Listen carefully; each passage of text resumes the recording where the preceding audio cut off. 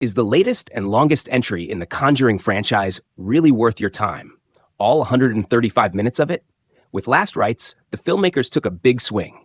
And while it isn't perfect, it delivers plenty of emotional weight and haunting suspense. Today, we're breaking down why. But first, fair warning, major spoilers ahead. The movie begins in 1964, with Ed and Lorraine Warren at the very start of their paranormal careers. They're still inexperienced, so much so that they make the reckless choice of wandering into a demon-infested curiosity shop while Lorraine is heavily pregnant. When she touches a sinister antique mirror, she's struck by a terrifying vision, a demonic entity and her unborn child in danger. The shock sends her into labor. In a heart-pounding sequence, Ed races her to the hospital, only for the demon to appear in the operating room. For a moment, tragedy strikes. Their baby is born still. But then, after a chilling pause and desperate prayers, the newborn Judy miraculously takes her first breath. The Warrens abandon the case, shaken to the core. Lorraine reflects, "We were young, we were scared, we ran away." Unlike other films in the series, this opening packs an especially heavy punch. By now, audiences have grown attached to this fictionalized version of the Warrens.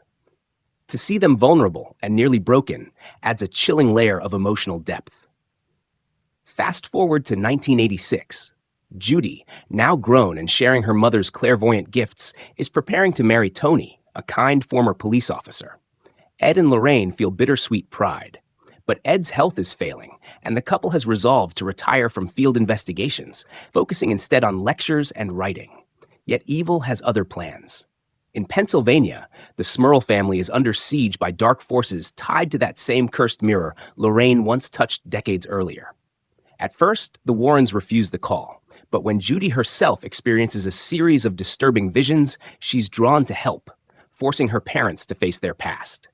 The story carries echoes of The Conjuring 2, when Lorraine foresaw Ed's possible death. Here, the danger is doubled. Both Judy and Ed's lives hang in the balance. Soon, the Warrens discover the horrifying truth. The demon from Judy's birth never left. It's been waiting all these years, manipulating 3 trapped spirits as pawns. The stakes escalate as Judy is briefly possessed, Ed nearly suffers another heart attack, and the family is pushed to their breaking point. But with Tony's courage and the Warrens' faith, they unite to banish the demon once and for all. In the aftermath, the Smurls remain in their home, stronger than before. Judy and Tony marry, and Lorraine comforts Ed with a vision of a peaceful future, growing old together, watching Judy raise her own family. At its heart, Last Rites drives home the same message that has always defined the Conjuring saga, the power of family to overcome evil. Of course, the film isn't without flaws. Many fans felt it wasn't as terrifying as it should have been for a supposed grand finale.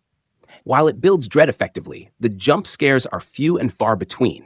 Certainly not on the level of Bathsheba's horrifying appearance in the original film or Valak's iconic moments. But perhaps longtime horror fans, hardened by decades of scares, are simply harder to shake. Still, the film succeeds where it matters most, in atmosphere. Dread lingers through every frame, reminding us that true horror isn't about cheap shocks, but about the slow tightening of fear. One standout moment everyone's talking about? Judy's confrontation with the Annabelle doll, which morphs into a towering monster chasing her through the dark. It's visually stunning, though some argue it strays too far into spectacle, much like the Crooked Man in The Conjuring 2. Effective, yes, but a bit jarring compared to the film's otherwise grounded tone. Then there's Judy's possession scene. While terrifying in theory, it ends far too quickly. For a demon that waited decades to claim her, the payoff feels underwhelming, especially when compared to Carolyn's unforgettable possession in the first film. Perhaps the most controversial choice? The demon itself has no name. Unlike Valak or Malthus, this entity remains shrouded in mystery. Some fans hated this, craving mythological depth. But others argue that the unknown is scarier. The Warrens themselves fled from it decades earlier without answers. Sometimes, not knowing your enemy is the most frightening thing of all. So, does Last Rites succeed as a conclusion? In many ways, yes. It may not reinvent horror, but it offers a fitting send-off for characters we've grown to love over a decade of films. With elevated horror reshaping the genre and audiences dissecting every detail like critics at Cannes, perhaps expectations were simply too high. Viewed for what it is, a stylish, well-crafted supernatural thriller, Last Rites delivers. And the numbers prove it. The Conjuring remains the highest-grossing horror franchise in history. But is this truly the end? Probably not. Hollywood rarely retires its most profitable demons. Judy's story feels far from over, and in real life, she and Tony still run the Warrens' paranormal society. With decades of cases to draw from, the door is wide open for future films. And if history has shown us anything, it's that audiences are always ready to face another haunting.